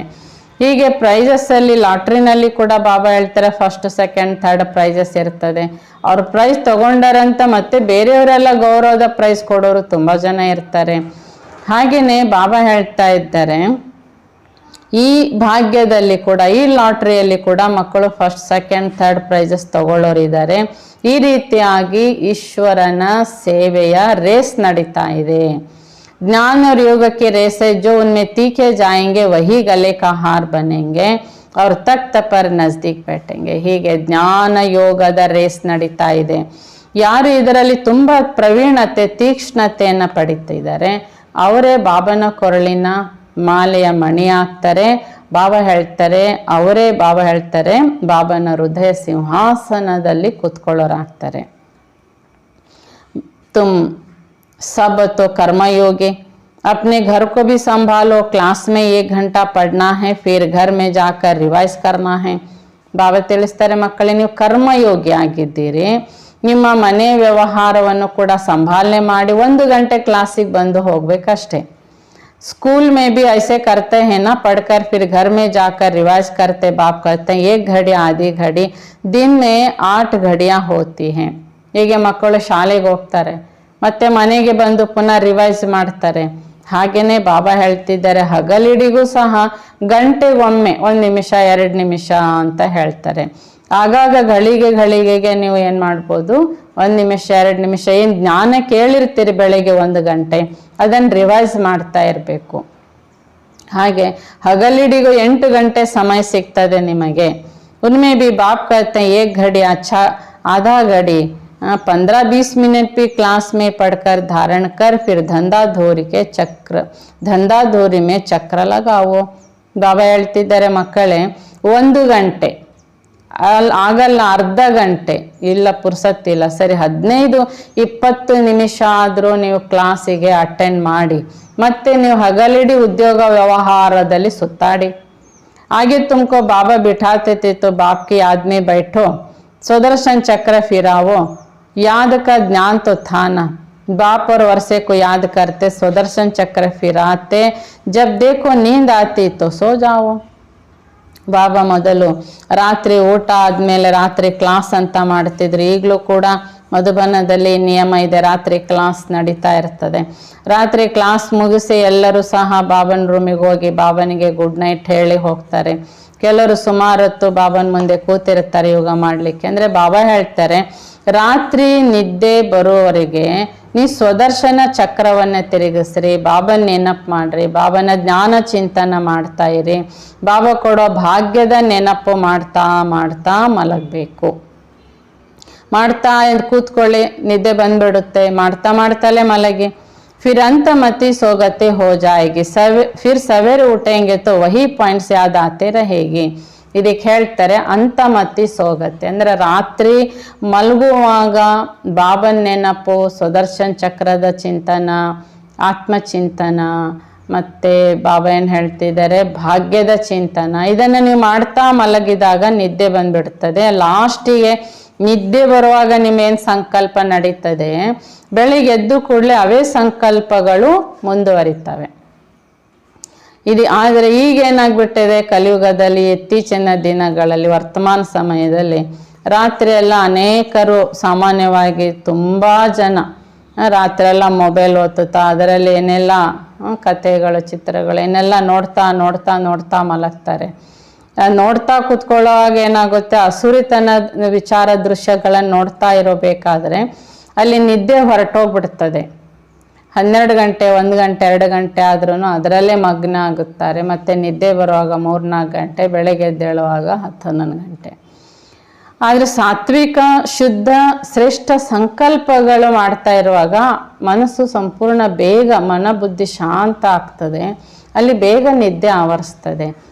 ಈಗ ಈ ರಾತ್ರಿಯೆಲ್ಲ ಮೊಬೈಲಿನ ಜೊತೆಗೆ ಅವ್ರು ಬ್ಯುಸಿ ಆಗ್ತಾರೆ ಅಂದರೆ ಮನಸ್ಸು ಬುದ್ಧಿ ಏನಾಗ್ಬಿಡ್ತದೆ, ಈ ರೀತಿಯಾಗಿ ಹೊಯ್ದಾಟದಲ್ಲಿ ವಿಸ್ತಾರದಲ್ಲಿ ಹೋಗೋದರಿಂದ ಅಲ್ಲಿ ನಿದ್ರೆ ಕಮ್ಮಿ ಆಗಿಬಿಡುತ್ತೆ. ಈಗೀಗಂತೂ ಮನುಷ್ಯನಿಗೆ ನಿದ್ದೆನೇ ಬರಲ್ಲ ಅನ್ನುವಂಥ ದೊಡ್ಡ ಕಾಯಿಲೆ ಸಮಸ್ಯೆಗಳು ಕಾರಣ ಮನ ಬುದ್ಧಿಯನ್ನು ಪ್ರಪಂಚದ ವ್ಯರ್ಥ ವಿಷಯಗಳಿಗೆ ಓಡಿಸೋದ್ರಿಂದ. ಅದಕ್ಕೆ ಬಾಬಾ ಇವತ್ತು ಯುಕ್ತಿ ಕೊಡ್ತಿದ್ದಾರೆ. ಹಾಗೆ ಬೆಳಿಗ್ಗೆ ಎದ್ದು ಕೂಡಲೇ ಅವೇ ನೆಗೆಟಿವ್ ಸಂಕಲ್ಪಗಳು ಕಂಟಿನ್ಯೂ ಆಗ್ತವೆ. ಅದಕ್ಕೆ ಹೇಳ್ತಾರೆ ಮನಸ್ಸಿಗೆ ಶಾಂತಿ ಇಲ್ಲ, ನೆಮ್ಮದಿ ಇಲ್ಲ, ಸಮಾಧಾನ ಇಲ್ಲ, ಖುಷಿ ಇಲ್ಲ. ಅದಕ್ಕೆ ಕಾರಣ ನಾವು ರಾತ್ರಿ ಮಲ್ಕೊಳ್ಬೇಕಾದ್ರೆ ಯಾವ ಸಂಕಲ್ಪಗಳನ್ನು, ವಿಚಾರಗಳನ್ನು, ದೃಶ್ಯಗಳನ್ನು ನೋಡ್ತಾ ಮಲಗ್ತೆ, ಬೆಳಗ್ಗೆ ಅದೇ ಮುಂದುವರಿತದೆ. ಇದಕ್ಕೆ ಅಂತಮತಿ, ರಾತ್ರಿ ಅಂತ್ಯದ ಸಮಯ ಹೇಗಿರ್ತದೆ ಆದಿ ಗತಿ ಅದೇ ಪ್ರಕಾರದ ವಿಷಯ ದೃಶ್ಯ ಮುಂದುವರಿತದೆ. ಹೀಗಾಗಿ ಬಾಬಾ ಹೇಳ್ತಾರೆ, ಈಗ ನೀವು ಅದನ್ನು ಮಾಡಬೇಡಿ, ಕಲಿಯುಗದವ್ರ ಹಾಗೆ ನೀವು ಮಾಡಬೇಡಿ. ರಾತ್ರಿ ಮಲ್ಕೊಳ್ಬೇಕಾದ್ರೆ ಬಾಬನ ನೆನಪು, ಚಿಂತನ, ಜ್ಞಾನ ಚಿಂತನ, ಭಾಗ್ಯದ ನೆನಪು, ಸ್ವರ್ಗದ ನೆನಪು ಮಾಡ್ತಾ ಮಲಗಿ. ನೀವು ಸ್ವರ್ಗದಲ್ಲೇ ಇದ್ದೀರಿ ಅಂತ ಅನುಭವ ಮಾಡ್ತಾ ಮಲಗಿದ್ರೆ ಬೆಳಗ್ಗೆ ಅದೇ ಖುಷಿಯ ದೃಶ್ಯ ಮುಂದುವರಿತದೆ. ಹೀಗೆ ಯಾರು ಮಾಡ್ತೀರಿ ಅವರು ಆ ಸುಖ ಆ ಶಾಂತಿಯನ್ನು ಪಡ್ಕೋತೀರಿ. करने वाले का देखने में आता है चलन, प्रसिद्ध होते देखा जाता है, वह विचार सागर मंथन करते हैं. ಹೀಗೆ ಈ ನಿಯಮವನ್ನ, ಈ ಶಿಸ್ತನ್ನ ಬಾಬನ ಮಕ್ಕಳು ಪಾಲಿಸ್ತಿದ್ದಾರೆ. ರಾತ್ರಿ ಮಲ್ಕೊಳ್ಳುವಾಗ ಬಾಬಾ ಹೇಳಿದ ಒಂದು ಶಿಸ್ತಿನಲ್ಲಿ ಜ್ಞಾನ ಚಿಂತನ, ಬಾಬನ ನೆನಪು, ಸುದರ್ಶನ್ ಚಕ್ರದ ನೆನಪು, ಭಾಗ್ಯದ ನೆನಪು ಮಾಡ್ತಾ ಇದ್ದಾರೆ ಎಂದಾಗ ಅದರಿಂದ ಅವರ ನಡವಳಿಕೆ ಹಗಲಿಗೆ ಹೇಗಿರ್ತದೆ ಅಂದರೆ ತುಂಬ ಖುಷಿಯಲ್ಲಿ, ಶಾಂತಿಯಿಂದ, ಜವಾಬ್ದಾರಿಯಿಂದ, ತುಂಬ ಉತ್ಸಾಹದಿಂದ ಸೇವೆ ಮಾಡಿ. ಇದೆಲ್ಲ ನಡವಳಿಕೆಯಲ್ಲಿ ಆ ದೈವಿ ಗುಣಗಳು ಗೊತ್ತಾಗ್ತದೆ, ಕಾಣಿಸ್ತದೆ, ಅನಿಸುತ್ತೆ. ಆಗ ಇವರಲ್ಲಿ ನಡವಳಿಕೆ ಇಷ್ಟು ಶುದ್ಧ, ಇಷ್ಟು ಒಳ್ಳೆಯ ರೂಪದ ಅವರು ಸೇವಾಧಾರಿ ಅಂದರೆ ಹೇಗಾಗ್ತಾರೆ ಅಂದರೆ, ಆತ್ಮ ರಾತ್ರಿ ಯಾವ ಚಿಂತನ ಮಾಡ್ತಾ ಮಲಗಿರ್ತದೆ, ಬೆಳಗ್ಗೆ ಅದೇ ಮುಂದುವರಿತದೆ, ಹಗಲಿಡಿಗೂ ಅದೇ ವಿಚಾರಧಾರೆಗಳು ಸಹಾಯಕ್ಕೆ ಬರ್ತವೆ. ಇದೆಲ್ಲ ನಡವಳಿಕೆಯಲ್ಲಿ ಕಾಣಿಸ್ತದೆ, ಇವರು ಪುರುಷಾರ್ಥ ಹೀಗೆ ಮಾಡ್ತಾರೆ ಅಂತ. देखा जाता है यह विचार सागर मंथन करने हैं, धारण करते हैं, कोई लोभ आदि तो नहीं है. ಆಗ ಅವರ ಮುಖ, ಅವರ ನಡವಳಿಕೆ, ಮಾತಿನಿಂದ ಗೊತ್ತಾಗ್ತದೆ ಇವರು ಈ ಪ್ರಕಾರದ ವಿಚಾರ ಸಾಗರ ಮಥನ ಮಾಡ್ತಾರೆ. ಧಾರಣೆ ಚೆನ್ನಾಗಿದೆ, ಇವರಲ್ಲಿ ಯಾವುದೇ ಪ್ರಕಾರದ ಲೋಭ ಇತ್ಯಾದಿ ಇಲ್ಲ. ये शरीर पुराना है, इनका भी बहुत ख्याल नहीं करना है. यह ठीक भी तब रहेगा जब ज्ञान योग की पूरी धारणा होगी. ಹೀಗಿದು ಶರೀರ ಹಳೇದಾಗಿದೆ, ಇದರ ಬಗ್ಗೆ ಕೂಡ ಅವ್ರು ಯೋಚನೆ ಮಾಡಲ್ಲ. ಇದು ಸರಿ ಆದರೆ ನಾನು ಮಾಡ್ತೇನೆ ಹೀಗಿಲ್ಲ. ಜ್ಞಾನ ಯೋಗ ಪರಿಪೂರ್ಣ ಧಾರಣೆಯನ್ನು ಅವರು ಮಾಡಿಕೊಂಡಿರುತ್ತಾರೆ. धारण नहीं होगी तो शरीर और सड़ता जाएगा, तो सड़ते सड़ते बिल्कुल ही कबर दाखिल हो जाएगा. ನೋಡಿ ಬಾಬಾ ಆತ್ಮಜ್ಞಾನ ಧಾರಣೆ ಮಾಡ್ತಾ ಇಲ್ಲ, ಗುಣಧಾರಣೆ ಇಲ್ಲ, ಬಾಬಾ ಹೇಳಿದ ನಿಯಮಗಳ ಶಿಸ್ತಿನಲ್ಲಿ ಇಲ್ಲ ಅಂದಾಗ ಶರೀರ ಇನ್ನೂ ಮಲಗಿ ಮಲಗಿ ಬಾಬಾ ಹೇಳ್ತಿದ್ದಾರೆ ಕೊಳಿತಾ ಹೋಗ್ತದೆ, ಕೊನೆಗೂ ಸ್ಮಶಾನಕ್ಕೆ ಸೇರ್ತದೆ. नया शरीर फिर भविष्य में मिलता है, आत्मा को पवित्र बनना, ये तो पुराना मूत फलित शरीर है. ಹೀಗೆ ಆತ್ಮಕ್ಕೆ ಭವಿಷ್ಯದಲ್ಲಿ ಹೊಸ ಶರೀರ ಸಿಗ್ತದೆ. ಆದರೆ ಈ ಶರೀರ ಬಾಬಾ ಹೇಳ್ತಾರೆ ಕೊಳತು ಕೊಳತು ಸ್ಮಶಾನ ಸೇರುವುದಕ್ಕಿಂತಲೂ ಬಾಬಾ ತಿಳಿಸಿದಂತೆ ನಿಯಮ ಶಿಸ್ತಿನಲ್ಲಿ ಇದ್ದಾಗ ಶರೀರಕ್ಕೂ ಕೂಡ ಆತ್ಮದ ಚೇತನತೆ ಶರೀರದ ಚೇತನತೆಯನ್ನು ಡೆವಲಪ್ ಮಾಡುತ್ತದೆ. ಹೀಗಾಗಿ ಆತ್ಮ ನಾವೀಗ ಪವಿತ್ರ ಆಗಬೇಕಾಗಿದೆ. ಬಾಬಾ ಹೇಳ್ತಾರೆ ಇದು ಹಳೆಯ ಶರೀರಕ್ಕೆ ಏನು ಹೇಳಾಗುತ್ತೆ, ಮೂತ ಫಲಿತಿ ಅಂದರೆ ತುಂಬ ಕೊಳಕಾಗಿರುವಂತಹ ಶರೀರ. ಇದಕ್ಕೆ ತುಂಬ ಕೊಳಕಾಗಿರುವ ಬಟ್ಟೆ ಅಂತ ಕಬೀರ್ದಾಸರು ಹೇಳಿದರು. ಗುರು ನಾನಕ್ ಗ್ರಂಥದಲ್ಲಿ ಬರ್ತದೆ, ತುಂಬ ಕೊಳಕಾಗಿರುವ ಬಟ್ಟೆ ಇದು ಅಂತ. ಅದಕ್ಕೆ ಬಟ್ಟೆ ಅಂತ ಹೇಳೋದು ಗುರುನಾನಕನ ಅರ್ಥದಲ್ಲಿ ಆತ್ಮಕ್ಕೆ, ಆತ್ಮ ಕೊಳಕಾಗಿದೆ, ಅದನ್ನು ಸ್ವಚ್ಛ ಮಾಡುವ ಅಗಸನ ಕಾರ್ಯ ಪರಮಾತ್ಮ ಮಾಡ್ಲಿಕ್ಕೆ ಬರ್ತಾರೆ. ಆದರೆ ಬಾಬಾ ಹೇಳ್ತಲ್ಲಿ ಎರಡೂ ಕೊಳಕಾಗಿದೆ, ಆತ್ಮನೂ ಕೊಳಕಾಗಿದೆ, ಶರೀರನೂ ಕೊಳಕಾಗಿದೆ. तिनको कितना भी पाउडर लगाओ तो भी व्यर्थ नाटे पेनी हो गया, अब तुम सबकी सगाಯಿಶು ಬಾಬಾ ಸೆ ಹೈ. ಈ ಶರೀರದ ಈ ಚಹರೆಗೆ ನೀವೇನೆಲ್ಲ ಶೃಂಗಾರ ಮಾಡಿಕೊಂಡ್ರು, ಇತಿ ಎಲ್ಲ ಹಸ್ತಿರ್ತಾನೆ ಮುಖಕ್ಕೆ ಚಂದ ಕಾಣಲಿಕ್ಕೆ. ಬಾಬಾ ಹೇಳ್ತಾರೆ ಇದೆಲ್ಲ ವ್ಯರ್ಥ ಅಂತ ಹೇಳ್ತಾರೆ, ಯಾವ ಕೆಲಸಕ್ಕೆ ಬಾರದು. ಈಗ ನಾವು ಆತ್ಮ ಶಿವ ಬಾಬನ ಜೊತೆಗೆ ನಮ್ಮ ಸಂಬಂಧ ಆಗಿದೆ. जब शादी होती तो उस दिन पुराने कपड़े पहनते, अब इस शरीर का स्थूल श्रृंगार ज़्यादा नहीं करना है. ಹೀಗೆ ಲೌಕಿಕದಲ್ಲಿ ಕೂಡ ಮದುವೆ ಪೂರ್ವದಲ್ಲಿ ಮದುಮಗಳಿಗೆ ಹಳೆ ಬಟ್ಟೆನ ಹಾಕಿರ್ತಾರೆ. ಎಲ್ಲ ಶೃಂಗಾರ ಮಾಡುವ ದಿನ ಹೊಸ ಬಟ್ಟೆ ಎಲ್ಲ ಶೃಂಗಾರವನ್ನು ಹಾಕ್ತಾರೆ. ಹಿಂದಿನ ದಿನ ಹಳೆ ಬಟ್ಟೆಯಲ್ಲೇ ಅವರನ್ನೇ ಇಟ್ಟಿರ್ತಾರೆ. ಅಂದರೆ ಬಾಬಾ ಹೇಳ್ತಿದ್ದಾರೆ ಮಕ್ಕಳಿಗೆ ಈಗ ಶಿವಬಾಬನ ಜೊತೆಗೆ ಸಂಬಂಧ ಆತ್ಮಕ್ಕಾಗಿದೆ, ಅದರ ಆತ್ಮ ಹಳೆ ಬಟ್ಟೆ ಹಳೆಯ ಶರೀರದಲ್ಲೇ ಇದೆ. अब इस शरीर का स्थूल श्रृंगार ज्यादा नहीं करना, ज्ञान योग से अपने को सहज आदे तो परियां बन जाएंगे. ಈ ಶರೀರ ಸ್ವಚ್ಛ ಇಡಿ, ನೀಟ್ ಇಡಿ, ಆರೋಗ್ಯವಾಗಿಡಿ. ಆದರೆ ಬಾಬಾ ಹೇಳ್ತಾರೆ ಇದರ ಶೃಂಗಾರಕ್ಕೆ ಟೂ ಮಚ್ ನೀವು ಹೋಗೋ ಅವಶ್ಯಕತೆ ಇಲ್ಲ. ಜ್ಞಾನದಿಂದ ಜ್ಞಾನ ಯೋಗದಿಂದ ಬಾಬಾ ಹೇಳ್ತಾರೆ ನೀವೇನಾಗ್ತೀರಿ, ನಾಳೆ ಮಹಾರಾಜ ಮಹಾರಾಣಿಯರಾಗ್ತೀರಿ. ಅಲ್ಲಂತೂ ಎಲ್ಲ ರೂಪದ ಶೃಂಗಾರ ಇದ್ದೇ ಇರ್ತದೆ. यह ज्ञान माना सरोवर, तो इसमें ज्ञान की डुबकी मारते रहो तो तुम स्वर्ग की परियां बन जाएंगे. ಹೀಗೆ ಬಾಬಾ ನಮಗೆ ಜ್ಞಾನ ಮಾನಸ ಸರೋವರದಲ್ಲಿ ಮುಳುಗಿ ಅಂತ ಹೇಳ್ತಾರೆ. ಬಾಬಾ ನಿನ್ನೆ ಮುರಳಿಲಿ ಕೂಡ ಮಾನಸ ಸರೋವರ ಹೇಳಿದ್ರು. ಮಾನಸ ಸರೋವರದ ಕಥೆ ಏನಂದ್ರೆ ಆ ಸರೋವರದಲ್ಲಿ ಆ ನದಿಯಲ್ಲಿ ಮುಳುಗಿ ಹೊರಬಂದವರು ದೇವತೆಗಳಾಗ್ತಾರೆ, ಫರಿಸ್ತೆಗಳಾಗಿ ಹೊರಬರ್ತಾರೆ ಅಂತ ಸರೋವರದ ನೀರಿನ ಮಹತ್ವತೆ ಪುರಾಣದಲ್ಲಿ ಇದೆ. ಇದರ ಅರ್ಥ ಬಾಬಾ ಹೇಳ್ತಾರೆ ಪ್ರತಿದಿನ ಬೆಳಗ್ಗೆ ಮುರಳಿ ಕ್ಲಾಸ್ ಅಂದರೆ ಮಾನಸ ಸರೋವರ. ಈ ಸರೋವರದಲ್ಲಿ ಮುಳುಗಿ ನಾವು ಹೊರ ಬರುವಾಗ ಅಂದರೆ ಜ್ಞಾನ ಅರ್ಥ ಮಾಡಿಕೊಂಡವರು ಅಂದಾಗ ನಾಳೆ ಅವರೇ ದೇವತೆಗಳು ಅಂತ. ಪ್ರತಿದಿನ ಈ ಸರೋವರದಲ್ಲಿ ಬಾಬಾ ನಮಗೆ ಸ್ನಾನ ಮಾಡಿಸ್ತಾರೆ ಆತ್ಮಕ್ಕೆ. प्रजा को परी नहीं कहेंगे, कहेंगे कृष्ण ने भगाया फिर महारानी पटरानी बनाया, ऐसे तो नहीं कहेंगे भगाकर प्रजा में चंडाल बनाया. ಬಾಬಾ ಹೇಳ್ತಿದ್ದಾರೆ ಮಕ್ಕಳೇ ಪ್ರಜೆಗಳಿಗೆ ದೇವತೆಗಳು ಅಂತ ಹೇಳಲ್ಲ. ಕೃಷ್ಣನ ಚರಿತ್ರೆಯಲ್ಲಿ ಬರ್ತದೆ, ಕೃಷ್ಣ ಎಲ್ಲ ಕುಮಾರಿಯರನ್ನು ಓಡಿಸಿಕೊಂಡು ಹೋದ, ತನ್ನದ ಪಟ್ಟದ ರಾಣಿಯನ್ನಾಗಿ ಮಾಡಿದ ಅಂತ ಹೇಳ್ತಾರೆ. ಆದರೆ ಎಂದಿಗೂ ಪ್ರಜೆಯನ್ನಾಗಿ ಮಾಡಿದ ಅಥವಾ ಚಂಡಾಲರನ್ನಾಗಿ ಮಾಡಿದ ಅಂತ ಹೀಗೆ ಹೇಳಲ್ಲ. ಭಗಾಯ ಪಟ್ರಾಣಿ ಬನಾನೆ के लिए तुमको वैसा पुरुषार्थ करना चाहिए, ऐसे नहीं जो मिला. ಹಾಗೆ ಬಾಬಾನು ಈಗ ನಮಗೆ ಕರೀತಾರೆ ಭಾಗ್ಯ ಪಡ್ಕೊಳ್ಳಿ ಬನ್ನಿ ಅಂತ. ಕೆಲವು ಮಕ್ಕಳು ಓಡೋಡಿ ಬಂದವರು ಸಹ ಇದ್ದಾರೆ. ಯಾಕೆ ಓಡಿ ಬಂದ್ರು ಅಂದ್ರೆ ವಿಶ್ವದ ಪಟ್ಟದ ರಾಣಿ ಆಗ್ಲಿಕ್ಕೆ. ಬಾಬಾ ಹೇಳ್ತಾರೆ ಈ ಪ್ರಕಾರದ ಪುರುಷಾರ್ಥ ಮಾಡಬೇಕಾಗಿದೆ. ಪುರುಷಾರ್ಥ ಇಲ್ಲ ಅಂದ್ರೆ ಏನು ಸಿಗಲ್ಲ. ये है पाठशाला, यहाँ मुख्य है पढ़ाई. गीता पाठशाला बहुत मानते हैं, बैठकर गीता सुनाते कंठ कराते. ಇದು ಪಾಠಶಾಲೆ. ಇಲ್ಲಿ ಮುಖ್ಯವಾದ ಶಿಕ್ಷಣ ಬಾಬಾ ಹೇಳ್ತಾರೆ. ಗೀತಾ ಪಾಠಶಾಲೆ ಬಹಳಷ್ಟು ಮಾಡ್ತಾರೆ ಕಲಿಯುಗದಲ್ಲಿ. ಆದರೆ ಭಗವದ್ಗೀತೆಯ ಪುಸ್ತಕದಲ್ಲಿರುವಂಥ ಶ್ಲೋಕಗಳನ್ನು ಕಂಠಪಾಠ ಮಾಡಿಸ್ತಾರೆ. कोई एक श्लोक उठाकर फिर उस पर विस्तार से बैठ समझाते. कोई ऐसे ही पढ़ते हैं, कोई एक श्लोक पर आधा पौना घंटा भाषण करते, उनसे फायदा कुछ भी नहीं. ಹೀಗೆ ಒಂದು ಶ್ಲೋಕದ ಬಗ್ಗೆ ತುಂಬ ವಿಸ್ತಾರವಾಗಿ ಗಂಟೆಗಟ್ಟಲೆ ಏನು ಮಾಡ್ತಾರೆ, ಅದರ ಭಾಷಣ ಮಾಡ್ತಾರೆ. ಇದಕ್ಕೆ ಬಾಬಾ ಹೇಳ್ತಾರೆ, ಒಂದು ಶ್ಲೋಕ ಅರ್ಧ ಮುಕ್ಕಾಲು ಗಂಟೆ ಭಾಷಣ ಮಾಡ್ತಾರೆ, ಏನ್ ಲಾಭ ಆಗುತ್ತೆ ಅಂತ ಕೇಳ್ತಾರೆ. यहाँ तो बाबा बैठ पढ़ाते, एम ऑब्जेक्ट क्लियर है और कोई भी वेद शास्त्र पढ़ने में एम ऑब्जेक्ट नहीं है. ಆದರೆ ಬಾಬಾ ಇಲ್ಲಿ ಸ್ವತಃ ನಮಗೆ ಜ್ಞಾನ ಸಾಗರ ತಂದೆ ಶಿಕ್ಷಕನಾಗಿ ಶಿಕ್ಷಣ ಕೊಡ್ತಾ ಇದ್ದಾರೆ. ಇಲ್ಲಿ ಏಮ್ ಆಬ್ಜೆಕ್ಟ್ ನಮ್ಮ ಮುಂದೆ ಕ್ಲಿಯರ್ ಆಗಿದೆ. ಆದರೆ ವೇದಶಾಸ್ತ್ರಗಳಲ್ಲಿ ಅಲ್ಲಿ ಯಾವುದೇ ಪ್ರಕಾರದ ಏಮ್ ಆಬ್ಜೆಕ್ಟ್ ಇಲ್ಲ. पुरुषार्थ करते रहो परंतु मिलेगा क्या? जब बहुत भक्ति करते हैं तब भगवान मिलता है, सो भी रात के बाद दिन जरूर होगा. ಹೀಗೆ ತುಂಬ ಪುಸ್ತಕಗಳನ್ನು ಓದುವಂತಹ ಪುರುಷಾರ್ಥ ಅಂದರೆ ಪ್ರಯತ್ನ ಮಾಡ್ತಿರ್ತಾರೆ, ಆದರೆ ಏನು ಸಿಗ್ತದೆ? ಏನೂ ಸಿಗಲ್ಲ. ತುಂಬ ಭಕ್ತಿ ಮಾಡಿದ ನಂತರ ಭಗವಂತ ಸಿಗ್ತಾನೆ ಅಂತ ಮಾತ್ರ ಗೊತ್ತಿದೆ. ಆದರೆ ರಾತ್ರಿ ಕಳೆದು ಹಗಲಾಗುವಾಗ ಅವರು ಬರಬೇಕಾಗುತ್ತೆ. ನಮಗೆ ಮಧ್ಯದಲ್ಲೇ ಬಂದು ಸಿಗ್ತಾರ ಅವರು? ಇಲ್ಲ. कल्प की आयु कोई क्या बताते, अब समझाने की भी ताकत चाहे, योग बल से काम निकालना है. ಹೀಗೆ ಕಲ್ಪದ ಹಿಂದಿನಂತನೇ ಬಾಬಾ ನಮಗೆ ಜ್ಞಾನ ತಿಳಿಸ್ಲಿಕ್ಕೆ ಬಂದಿದ್ದಾರೆ.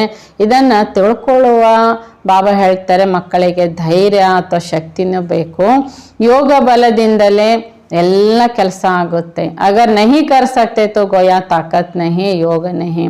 ಹೀಗೆ ಬಾಬಾ ಹೇಳ್ತಾರೆ, ಒಂದು ವೇಳೆ ನಮಗೆ ಈ ಪ್ರಕಾರವಾಗಿ ಅನೇಕರಿಗೂ ಜ್ಞಾನ ತಿಳಿಸುವಂಥ ಸೇವೆ ಮಾಡ್ತಾ ಇಲ್ಲ ಅಂದರೆ ಈ ಮಕ್ಕಳಿಗೆ ಯೋಗ ಇಲ್ಲ.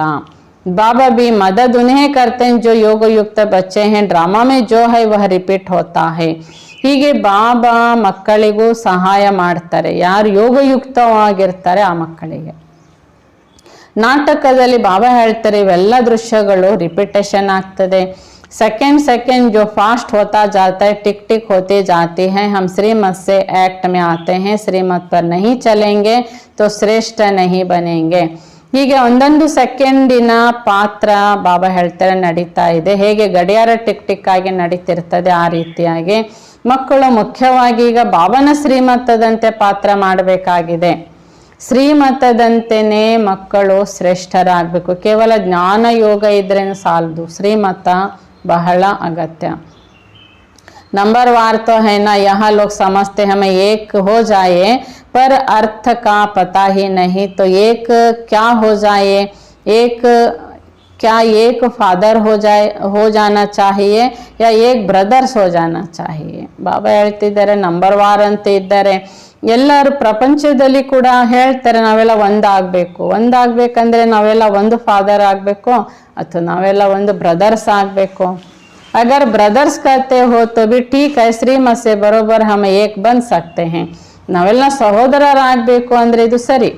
ಈಗ ನಾವು ಶ್ರೀಮತದಂತೆ ನಾವೆಲ್ಲ ಈಗ ಒಂದು ಆಗುತ್ತಿದ್ದೇವೆ. तुम सब एक मत पर चलते हो, तुम्हारा बाप टीचर गुरु एक ही है. जो पूरा श्रीमत पर नहीं चलेंगे वह श्रेष्ठ नहीं बन सकेंगे. ಹೀಗೆ ಶಿವ ಬಾಬನ ಮತದಂತೆ ನಾವು ನಡೀತಾ ಇದ್ದೇವೆ. ಶಿವ ಬಾಬನೇ ನಮಗೆ ಟೀಚರ್ ಗುರು ಆಗಿದ್ದಾರೆ. ಬಾಬಾ ಹೇಳ್ತಾರೆ, ಯಾರು ಪೂರ್ಣ ಶ್ರೀಮತದಂತೆ ನಡೆಯಲ್ಲ ಅವರು ಶ್ರೇಷ್ಠರಾಗಲ್ಲ. अगर एकदम नहीं चलेंगे तो खत्म हो जाएंगे. रेस में जो लायक होशियार होते हैं उनको ही रखते हैं. ಹೀಗೆ ಒಂದು ವೇಳೆ ಬಾಬಾ ಹೇಳ್ತಿದ್ದಾರೆ ಏಕ್ದಮ್ ಅವರು ಕನಿಷ್ಠ ಮಟ್ಟದಲ್ಲಿದ್ದಾರೆ ಅಂದಾಗ, ಅಂದರೆ ಅವರಿಗೆ ಬಾಬಾನ ಶ್ರೀಮತನೇ ಇಲ್ಲ, ಜ್ಞಾನ ಯೋಗನೂ ಇಲ್ಲ ಅಂದರೆ ಬಾಬಾ ಹೇಳ್ತಾರೆ ಅವರು ಖತಮ್ ಆಗಿಬಿಡ್ತಾರೆ, ಬಾಬಾನ ಭಾಗ್ಯ ತಗೊಳ್ಳೋದೇ ಇಲ್ಲ. ಯಾಕೆಂದರೆ ರೇಸ್ನಲ್ಲಿ, ಕುದುರೆ ರೇಸಿನಲ್ಲಿ ನೋಡಿ ಬಹಳ ಹುಷಾರು ಇರೋವಂಥದ್ದಕ್ಕೇನೆ ಭಾಗವಹಿಸ್ಲಿಕ್ಕೆ ಅವಕಾಶ ಕೊಡ್ತಾರೆ. ಬಡಿ ರೇಸ್ ಹೇ, ಅಚ್ಚೆ ಘೋಡೆ ನಿಕಾಲ್ತೆ ಹೇ ಕ್ಯೋಂಕಿ ಲಾಟ್ರಿ ಬಿ ಬಡಿ ರಕ್ತೆ ಹೇ. ಆ ರೇಸ್ನಲ್ಲಿ ತುಂಬ ಒಳ್ಳೊಳ್ಳೆ ಕುದುರೆಗಳನ್ನು ಭಾಗವಹಿಸ್ತಾರೆ. ಯಾಕೆಂದರೆ ಒಂದು ತುಂಬ ದೊಡ್ಡ ಮಟ್ಟದ ಲಾಟ್ರಿ ಇರ್ತದೆ, ತುಂಬ ದೊಡ್ಡ ಮಟ್ಟದ ಹಣ ಅದಕ್ಕೆ ಹಾಕಿ ಎಂತೆಂಥ ಕುದುರೆಗೆ ಬಿಡಲ್ಲ, ಗೆಲ್ಲೇಬೇಕು ಅನ್ನುವಂತಹ ಬಲಶಾಲಿ ಕುದುರೆಗಳನ್ನು ಬಿಡ್ತಾರೆ. यह भी ह्यूमन अश्व रेस है, हुसैन का भी घोड़ा दिखाते हैं. हिंसा दो प्रकार की होती है. नंबर 1 काम कटारी, जो आधा कल्प से अपना भी खून दूसरों का भी खून करते आए. ಹೀಗೆ ಬಾಬಾ ಹೇಳ್ತಿದ್ದಾರೆ, ಇದು ಹ್ಯೂಮನ್ ಅಶ್ವರೇಷ ಆಗಿದೆ. ಇದಕ್ಕೆ ಬಾಬಾ ಹೇಳ್ತಿದ್ದಾರೆ ಹುಸೇನಿನ ಕುದುರೆ ಅಂತ ಕೂಡ ಪ್ರಸಿದ್ಧಿ ಇದೆ. ಈ ಕಲಿಯುಗ ಜಗತ್ತಿನಲ್ಲಿ ವಿಶ್ವದಲ್ಲಿ ಬಾಬಾ ಹೇಳ್ತಾರೆ 2 ಪ್ರಕಾರದ ಹಿಂಸೆ ನಡೆದು ಬಂತು. ಒಂದು ಕಾಮವಿಕಾರ, ಇದು ದ್ವಾಪರಯುಗದಿಂದ ಆರಂಭ ಆಯಿತು. ತಾವು ದುಃಖಿತರು ತಮ್ಮನ್ನು ನಾಶ ಮಾಡ್ತಾ ಕೊಲೆ ಮಾಡ್ಕೊಳ್ತಾ ಬಂದ್ರೆ, ಅಂದ್ರೆ ಭಾಗ್ಯ ನಾಶ ಆಗ್ತಾ ಹೋಯ್ತು. ಹಾಗೂ ಅನ್ಯರದು ಭಾಗ್ಯ ಕೊಲೆ ಮಾಡ್ತಾ ಹೋದ್ರು. इस हिंसा को कोई जानते नहीं, सन्यासी वैसे नहीं समझते, सिर्फ वह कह देते हैं यह विकार है. ಹೀಗೆ ಇದೊಂದು ಹಿಂಸೆ ಎಂಬುದೇ ಕಲಿಯುಗದಲ್ಲಿ ಯಾರಿಗೂ ಗೊತ್ತಿಲ್ಲ, ಸನ್ಯಾಸಿಗಳಿಗೂ ಈ ಮಾತು ಗೊತ್ತಿಲ್ಲ. ಅದಕ್ಕೆ ಬಾಬಾ ಹೇಳ್ತಿದ್ದಾರೆ ಅವರು ವಿಕಾರದ ವಿಷಯ ಮಾತಾಡೋದೇ ಇಲ್ಲ. बाप तो कहते हैं बच्चे यहाँ काम महाशत्रु आदि मध्यंत दुख देने वाला है, यह भी सिद्ध कर बताना है कि हमारा प्रवृत्ति मार्ग है राजयोग. ಹೀಗೆ ಮಕ್ಕಳಿಗೆ ಈ ಸಂದೇಶ, ಈ ಜ್ಞಾನ ಸ್ಪಷ್ಟ ಮಾಡಬೇಕು. ಕಾಮ ಮಹಾಶತ್ರು, ಇದು ಆದಿ ಮಧ್ಯ ಅಂತೆ ದುಃಖ ಕೊಡ್ತಾ ಬಂದಿದೆ, ಇದನ್ನೇ ಸಿದ್ಧ ಮಾಡಿ ತೋರಿಸ್ಬೇಕು. ಪರಮಾತ್ಮ ಇಲ್ಲಿ ಜ್ಞಾನ ಕಲಿಸ್ತಾ ಇರೋದು ಪ್ರವೃತ್ತಿ ಮಾರ್ಗದ ರಾಜಯೋಗ ಇದಾಗಿದೆ, ಇದು ಹಠಯೋಗ ಅಲ್ಲ. तुम शंकराचार्य से हठयोग सीखते हो, हम शिवाचार्य से राजयोग सीखते हैं. ಹೀಗೆ ಹೇಳಬೇಕು ನಾವು ಸನ್ಯಾಸಿಗಳಿಗೂ, ನೀವು ಶಂಕರಾಚಾರ್ಯನ ಮೂಲಕ ಹಠಯೋಗವನ್ನು ಕಲಿತಾ ಬಂದಿದ್ದೀರಿ, ನಾವು ಶಿವಾಚಾರ್ಯನ ಮೂಲಕ ರಾಜಯೋಗವನ್ನು ಕಲಿಯುತ್ತಿದ್ದೇವೆ. आगे चलकर तुम्हारी प्रत्यक्षता होती जरूर है. कोई प्रश्न पूछते तो देवताओं के 84 जन्म 5000 वर्ष में हुए, कृष्ण के कितने हुए, क्राइस्ट को 2000 वर्ष है, अब हिसाब करो उनके पर एवरेज कितने जन्म हुए. ಬಾಬಾ ಹೇಳ್ತಿದ್ದಾರೆ ಮುಂದಕ್ಕೆ ಬಾಬನ ಪ್ರತ್ಯಕ್ಷತೆ ತುಂಬ ಆಗುತ್ತೆ, ಎಲ್ಲ ಬಾಬನ ಸಮ್ಮುಖದಲ್ಲಿ ಅವಶ್ಯ ಬರ್ತಾರೆ. ಹೀಗೆ ಪ್ರಶ್ನೆ ಮಾಡ್ತಾರೆ, 5000 ವರ್ಷದಲ್ಲಿ ದೇವತೆಗಳು 84 ಜನ್ಮ ಪಡೀತಾರೆ, ಹಾಗಾದ್ರೆ ಕ್ರಿಶ್ಚಿಯನ್ ಧರ್ಮ ಸ್ಥಾಪನೆಯಾಗಿ 2000 ವರ್ಷ ಆದರೆ ಇವರಿಗೆ ಎಷ್ಟು ಜನ್ಮ ಸಿಗುತ್ತೆ ಅಂತ ಪ್ರಶ್ನೆ ಮಾಡ್ತಾರೆ. 32 यहाँ तो क्लियर है, जो बहुत सुख देखते हैं बहुत दुख भी देखते हैं. 2000 ವರ್ಷದಲ್ಲಿ 30-32 ಜನ್ಮ ಎವರೇಜ್ ತಗೊಳ್ತಾರೆ. ಹೀಗೆ ಯಾರು ತುಂಬಾ ಸುಖ ಪಡಿತಾರೆ, ಸುಖದ ರಾಜ್ಯದಲ್ಲಿ ಬರ್ತಾರೆ, ಅವರು ತುಂಬಾ ದುಃಖನ ಪಡಿತಾರೆ. और धर्म वालों का कम सुख कम दुख मिलता है, एवरेज का हिसाब निकालना है. ಹೀಗೆ ಧರ್ಮಗಳು ಮಧ್ಯದಲ್ಲಿ ಬರ್ತವೆ ನೋಡಿ ದ್ವಾಪರ ಯುಗದಲ್ಲಿ, ಅದಕ್ಕೆ ಅವರಿಗೆ सुखनु कमी दुखनु कमी. मुख्य जो जन्म निकालते हैं पीछे तो जाते हैं, यहाँ थोड़े थोड़े जन्म लेते हैं. बुद्ध का इब्राहिम का भी हिसाब निकाल सकते हैं.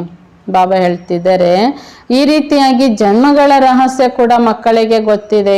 ಈಗ ಬೌದ್ಧ, ಇಬ್ರಾಹಿಂ ಇವರೆಲ್ಲ ಮತ್ತೆ ಬರ್ತಾರೆ, ಅಂದರೆ ಬಂದ ಸಮಯದಿಂದ ಲೆಕ್ಕ ಹಾಕಬೇಕಾಗುತ್ತೆ, ಅಷ್ಟು ಸಮಯದಲ್ಲಿ ಎಷ್ಟು ಜನ್ಮ ಸಿಗಬಹುದು ಎವರೇಜ್ करके 1-2 ಜನ್ಮ का फर्क पड़ेगा, एक्यूरेट तो नहीं बता सकते. ಹೀಗೆ 1-2 ಜನ್ಮಗಳ ವ್ಯತ್ಯಾಸ ಆಗ್ಬೋದು, ಆದರೆ एक्यूरेट ಹೀಗೆ ಅಂತ ಹೇಳಲಿಕ್ಕೆ ಸಾಧ್ಯ ಇಲ್ಲ. तो अबऊ में समझाते हैं, यह सब बातें विचार सागर मंथन करने की हैं. कोई पूछे तो क्या समझाए, ಇಷ್ಟು ಸಿಗ್ಬೋದು ಅಂತ ಹೇಳ್ಬೋದು, ಆದರೆ ಕರೆಕ್ಟಾಗಿ ಇಷ್ಟೇ ಅಂತ ಹೇಳಲಿಕ್ಕೆ ಬರಲ್ಲ. ಹೀಗೆ ಮಕ್ಕಳು ವಿಚಾರ ಸಾಗರ ಮಥನ ಮಾಡಬೇಕಾಗಿದೆ, ಯಾರಿಗೆ ಹೇಗೆ ತಿಳಿಸ್ಬೇಕು. फिर भी बोलो पहले बाप को याद करो, क्योंकि बाप से वर्षा लेना है, जन्म जितने लिए होंगे उतने ही लेंगे. ಹೀಗೆ ಜನ್ಮಗಳೆಷ್ಟು ಸಿಗ್ತದೆ ಅಂತ ಅದೇ ದೊಡ್ಡ ಚಿಂತನ ಯೋಜನೆ ಮಾಡೋದು ಅವಶ್ಯಕತೆ ಇಲ್ಲ. ಈ ರೀತಿ ವಿಚಾರ ಸಾಗರ ಮಂಥನ ಮಾಡೋ ಅವಶ್ಯಕತೆ ಇಲ್ಲ. ಮೊದಲು ಪರಮಾತ್ಮ ಯಾರು ಅಂತ ತಿಳ್ಕೊಳ್ಳಿ, ಅವರನ್ನ ನೆನಪು ಮಾಡುವುದನ್ನ ಕಲೀರಿ ಅಂತ ಹೇಳಬೇಕು. जन्म कितने लिए होंगे उतने ही लेंगे, बाप से वर्षा लो, अच्छी रीति समझना है, मेहनत का काम है. ಎಷ್ಟು ಜನ್ಮ ಸಿಗೋದಿದೆ ನಮಗೆ ನಾಟಕದಲ್ಲಿ ಅಷ್ಟು ಸಿಗ್ತದೆ ಖಂಡಿತ, ಆದರೆ ಈಗ ಪರಮಾತ್ಮ ತಂದೆಯನ್ನ ಚೆನ್ನಾಗಿ ಅರ್ಥ ಮಾಡ್ಕೊಳ್ಬೇಕು, ಅವರಿಂದ ಭಾಗ್ಯ ಪಡ್ಕೋಬೇಕಾಗಿದೆ. ಇದು ಚೆನ್ನಾಗಿ ಪರಿಶ್ರಮ ಪಡುವ ಸಮಯ, ಇದು ಭಗವಂತನನ್ನ ಅರ್ಥ ಮಾಡಿಕೊಂಡು ಅವರಿಂದ ಭಾಗ್ಯ ಪಡ್ಕೊಳ್ಳೋ ಸಮಯ ಇದು. ನಾವು ಆ ವಿಷಯಕ್ಕೆ ಹೆಚ್ಚು ಗಮನಿಸಬೇಕಾಗಿದೆ. तो बच्चे बॉम्बे में बहुत मेहनत कर रहे हैं, क्योंकि उनको बहुत सक्सेसफुल होना है. ಹೀಗೆ ಬಾಬಾ ಬಾಂಬೆಯಲ್ಲಿ ಬಾಬನ ಮಕ್ಕಳು ಬಾಬನ ಪರಿಚಯದ ಸಂದೇಶ ತಲುಪಿಸುವಂಥ ಸೇವೆ ಕಾರ್ಯಕ್ರಮಗಳು ತುಂಬ ಪರಿಶ್ರಮ ಪಟ್ಟು ಮಾಡ್ತಾ ಇದ್ದಾರೆ. ಪ್ರಯತ್ನ ತುಂಬ ಮಾಡ್ತಾ ಇದ್ದಾರೆ, ಕಾರಣ ಅವ್ರಿಗೆ ಸಕ್ಸಸ್ಫುಲ್ ಆಗಬೇಕು ಅನ್ನೋದೊಂದು ಗುರಿ ಇದೆ. इसमें बुद्धि चाहिए बाबा के धन से बहुत लव चाहिए. ಬಾಬಾ ಹೇಳ್ತಾರೆ ಈ ರೀತಿ ಸೇವೆ ಮಾಡೋದು ಅಂದರೆ ಮಕ್ಕಳಿಗೆ ಅದರಲ್ಲಿ ಕೂಡ ಬುದ್ಧಿವಂತಿಕೆ ಬೇಕು. ಅಂದರೆ ಬಾಬನ ಜ್ಞಾನ ಧನ ಇದು ಸಂಪಾದನೆ ಮಾಡ್ಕೊಳ್ಬೇಕಾದ್ರೂ ಬಾಬನ ಜ್ಞಾನ ಧನದೊಂದಿಗೆ ಪ್ರೀತಿನೇ ಇರಬೇಕಾಗುತ್ತೆ. कोई तो धन नहीं लेते, अरे ज्ञान रतन लो और धारण करो तो कहते हैं हम क्या करें. ಬಾಬಾ ಹೇಳ್ತಿದ್ದಾರೆ कोई तो धन नहीं लेते. ಕೆಲವರು ಜ್ಞಾನ ಕೇಳಲಿಕ್ಕೆ ಬರ್ತಾರೆ, ಆದರೆ ಜ್ಞಾನ ಸ್ವೀಕಾರನೆ ಮಾಡಲ್ಲ. ಬಾಬಾ ಹೇಳ್ತಾರೆ ನೀವು ರತ್ನಗಳನ್ನು ತಗೊಳ್ಳಿ, ಇದನ್ನು ಧಾರಣೆ ಮಾಡಿ ಹೀಗೆ ಹೇಳಿದಾಗ ಅದನ್ನು ಅವ್ರು ಸ್ವೀಕಾರನೆ ಮಾಡಲ್ಲ. ಹಮ್ ಸಮಸ್ತೆ ನಹಿ ಸಮಸ್ತೆ ಹೊತ್ತು ತುಮಾರಿ ಭಾವಿ. ಎಷ್ಟು ಅವರಿಗೆ ತಿಳಿಸೋ ಪ್ರಯತ್ನ ಅಂದರೆ ಈ ರತ್ನಗಳನ್ನು ತಗೊಳ್ಳಿ, ಇದನ್ನು ಧಾರಣೆ ಮಾಡಿ, ಹೀಗೆ ಮಕ್ಕಳು ತಿಳಿಸುವ ಹೇಳುವ ಪರಿಶ್ರಮ ಪ್ರಯತ್ನ ತುಂಬ ಮಾಡ್ತಾರೆ. ಆದರೂ ಅವರಿಗೆ ಜ್ಞಾನ ಅರ್ಥನೇ ಆಗೋದಿಲ್ಲ, ಜ್ಞಾನ ರತ್ನಗಳು ಸ್ವೀಕಾರನೆ ಮಾಡೋದಿಲ್ಲ. ಹಾಗಾದರೆ ಬಾಬಾ ಹೇಳ್ತಾರೆ ಅವರ ಅದೃಷ್ಟ, ಅವರ ಪಾರ್ಟೇ ಆಗಿದೆ ಅಂತಾರೆ. ಅಚ್ಚಾ, मीठे मीठे सिकलते बच्चों प्रति माता पिता बाप दादा का याद प्यार और गुड मॉर्निंग. रूहानी बाप के रूहानी बच्चों को नमस्ते. हम रूहानी बच्चों की रूहानी बाप दादा को याद प्यार और गुड मॉर्निंग और नमस्ते नमस्ते नमस्ते. थैंक्स बाबा, शुक्रिया बाबा, मेरा बाबा, प्यारा बाबा, मीठा बाबा. मुख्यांश, शरीर को ठीक रखने के लिए ज्ञान योग की धारण करनी है. किसी भी चीज़ का लोभ नहीं रखना है. इस ज्ञान योग से सजाना है, स्थूल श्रृंगार से नहीं. ಶರೀರನ ಚೆನ್ನಾಗಿರ್ಬೇಕಂದ್ರೆ ಜ್ಞಾನ ಯೋಗದ ಧಾರಣೆ ಆತ್ಮ ಮಾಡ್ತಾ ಇರಬೇಕು. ಯಾವುದೇ ವಸ್ತುಗಳ ಲೋಭ ಮಕ್ಕಳು ಇಟ್ಟಿಕೊಳ್ಬಾರ್ದು. ಈ ಜ್ಞಾನ ಯೋಗದಿಂದ ಆತ್ಮ ಶೃಂಗಾರ ಮಾಡ್ಕೊಳ್ಬೇಕು ಹೊರತು ಸ್ಥೂಲ ವಸ್ತುಗಳ ಶೃಂಗಾರ ಅಲ್ಲ. सेकंड पॉइंट, एक घड़ी आधी घड़ी पढ़ाई अवश्य पढ़नी है. ज्ञान और योग में रेस करनी है. ಈ ಶಿಕ್ಷಣ 1 ಗಂಟೆ ಅರ್ಧ ಗಂಟೆ ಆದ್ರೂ ಅವಶ್ಯ ಅಭ್ಯಾಸ ಮಾಡಬೇಕಾಗಿದೆ. ಏಕೆಂದರೆ ಈಗ ಜ್ಞಾನ ಮತ್ತು ಯೋಗದ ರೇಸ್ ನಡೀತಾ ಇದೆ. वरदान, सर्व के दिलों के राज को जान, सर्व को राजी करने वाले सदा विजयी भव. ಸರ್ವರ ಮನಸ್ಸನ್ನು ರಾಜಿ ಮಾಡಿಕೊಳ್ಳಲಿಕ್ಕೆ, ಸರ್ವರ ರಾಜಿ ಮಾಡಿಕೊಳ್ಳಲಿಕ್ಕಾಗಿ, ಸರ್ವರ ಮನಸ್ಸನ್ನು ರಾಜಿ ಮಾಡಿ ಸರ್ವರನ್ನು ರಾಜಿ ಮಾಡಿಕೊಳ್ಳುವ ಸದಾ ವಿಜಯಿಗಳಾಗಿರಿ. ವಿವರಣೆ, ವಿಜಯಿ बनने के लिए हर एक के दिल के राज को जानना. ವಿಜಯಿಗಳಾಗಬೇಕಾದ್ರೆ ಪ್ರತಿಯೊಬ್ಬರ ಮನಸ್ಸು ಏನು ನಡೀತಾ ಇದೆ, ಅವ್ರ ವಿಚಾರ ಏನು, ಇದನ್ನು ತಿಳ್ಕೊಳ್ಬೇಕಾಗುತ್ತೆ. किसी के मुख द्वारा निकलने वाले आवाज़ से उसके दिल के राज को जान लो तो विजयी बन सकते हो. ಈಗ ಯಾರಾದರೂ ಏನಾದ್ರು ಮಾತಾಡ್ತಾ ಇರ್ತಾರೆ ನೋಡಿ, ಆ ಮಾತಿನ ಮೂಲಕ ಅವರ ಮನಸ್ಸಿನ ವಿಷಯಗಳನ್ನು ತಿಳ್ಕೊಂಡ್ರೆ ನೀವು ವಿಜಯ ಆಗ್ತೀರ. ಅಂದರೆ ಅವ್ರಿಗೆ ಏನು ಹೇಳಬೇಕು, ಏನು ಮಾತಾಡಬೇಕು ಇದು ಗೊತ್ತಾಗ್ತದೆ. ಲೇಕಿನ್ ದಿಲ್ ಕೆ ರಾಜ್ ಕೋ ಜಾನೆ ಕೆ ಲಿಯೆ ಅಂತರ್ಮುಖತಾ ಚಾಹಿಯೆ. ಆದರೆ ಅವರ ಒಳ ಮನಸ್ಸಿನ ವಿಚಾರಗಳನ್ನು, ಅದಕ್ಕೆ ಹೃದಯದ ವಿಷಯ ಅಂತ ಹೇಳ್ತಾರೆ, ಇದನ್ನು ತಿಳ್ಕೊಳ್ಬೇಕು ಅಂದರೆ ಮಕ್ಕಳಿಗೆ ಅಂತರ್ಮುಖತೆ ಬೇಕು. जितना अंतर्मुखी रहेंगे उतना हर एक के दिल के राज को जानकर उसे राजी कर सकेंगे. ಎಷ್ಟು ಮಕ್ಕಳು ಅಂತರ್ಮುಖಿಯಾಗಿರ್ತಾರೆ ಅಷ್ಟು ಅವರ ವಿಷಯಗಳನ್ನು ತಿಳ್ಕೊಂಡು ಅವರ ಜೊತೆಗೆ ರಾಜಿಯಾಗಿರಲಿಕ್ಕೆ ಸಾಧ್ಯ ಆಗುತ್ತೆ. ರಾಜಿ ಕರ್ನೆ ವಾಲೆ ಹಿ ವಿಜಯಿ ಬಂತೆ. ಹೀಗೆ ರಾಜಿಯಾಗಿರೋರೆ ವಿಜಯಿಗಳು ಆಗುತ್ತಾರೆ. ಸ್ಲೋಗನ್, वैराग्य ऐसी योग्य धरनी है जिसमें जो भी फल डालेंगे वह फलीभूत अवश्य होगा. ವೈರಾಗ್ಯ ಇದು ಒಂದು ಯೋಗ್ಯ ಭೂಮಿಯಾಗಿದೆ. ಈ ಯೋಗ್ಯ ಭೂಮಿಯಲ್ಲಿ ಯಾವುದೇ ಪ್ರಕಾರದ ಬೀಜ ಹಾಕಿದರೆ ಅದಕ್ಕೆ ತುಂಬ ಫಲವತ್ತಾದಂತಹ ಫಲ ಅವಶ್ಯ ಪ್ರಾಪ್ತಿಯಾಗುತ್ತದೆ. ವೈರಾಗ್ಯ ಎಂಬ ಭೂಮಿ ಅಂದರೆ ವೈರಾಗ್ಯ ಸ್ಥಿತಿ. ಈ ಭೂಮಿಯಲ್ಲಿ ನೀವೇನು ಶುದ್ಧ ಪವಿತ್ರ ಶ್ರೇಷ್ಠ ಸಂಕಲ್ಪ ಎಂಬ ಬೀಜ ಹಾಕ್ತೀರಿ, ಅದಕ್ಕೆ ಫಲ ಸಕ್ಸಸ್ ಖಂಡಿತ ಸಿಗ್ತದೆ. ಅಚ್ಚಾ, ಓಂ ಶಾಂತಿ. ಹೀಗೆ ಬಾಬಾ ಈ ದಿನ ಭಾರತ ಭೂಮಿಯ ಬಗ್ಗೆ ತುಂಬ ವರ್ಣಿಸಿದ್ದಾರೆ. ಇದು ಮಹಾನ್ ತೀರ್ಥ ಸ್ಥಾನವಾಗಿದೆ. ಸ್ವಯಂ ಪರಮಾತ್ಮನ ಅವತರಣೆ ಭೂಮಿ ಭಾರತ ಆಗಿದೆ. ಈ ಭಾರತನೇ ನಾಳೆ ವಿಶ್ವಕ್ಕೆ ಮಾಲೀಕ ಆಗುತ್ತೆ. ಸಂಪದ್ಭರಿತ ದೇಶ, ಸ್ವರ್ಗ ಇದೇ ಆಗುತ್ತೆ ನಾಳೆ. ಇದರ ಮಹಿಮೆಯನ್ನು ಬಾಬಾ ಹೇಳ್ತಾರೆ, ನಾವು ಅನೇಕರಿಗೂ ತಿಳಿಸುವ, ಸಂದೇಶ ತಿಳಿಸುವಂತಹ ಸೇವೆ ಮಾಡಬೇಕು ಅಂತ ಹೇಳ್ತಾರೆ. ಅಚ್ಚಾ, ಓಂ ಶಾಂತಿ.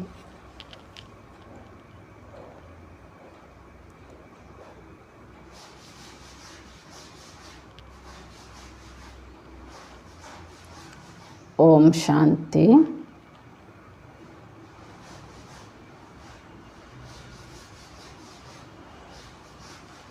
ನಾನಾತ್ಮ ಬಿಂದು ಸ್ವರೂಪ,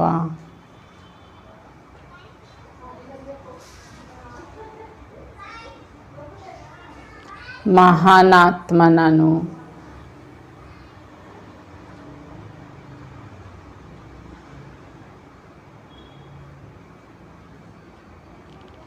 ಪವಿತ್ರ ಸ್ವರೂಪ, ಪೂಜ್ಯ ಸ್ವರೂಪ ಆತ್ಮ ನಾನು.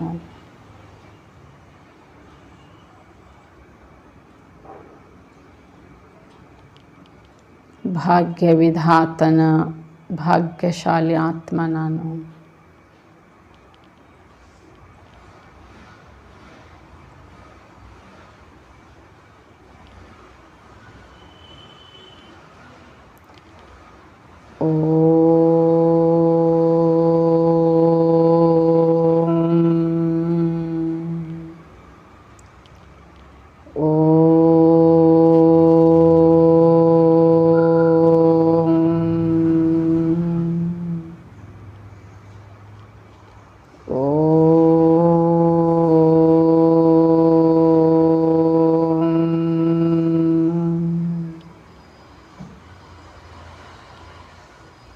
ಓಂ ಶಾಂತಿ. ಓಂ ಶಾಂತಿ.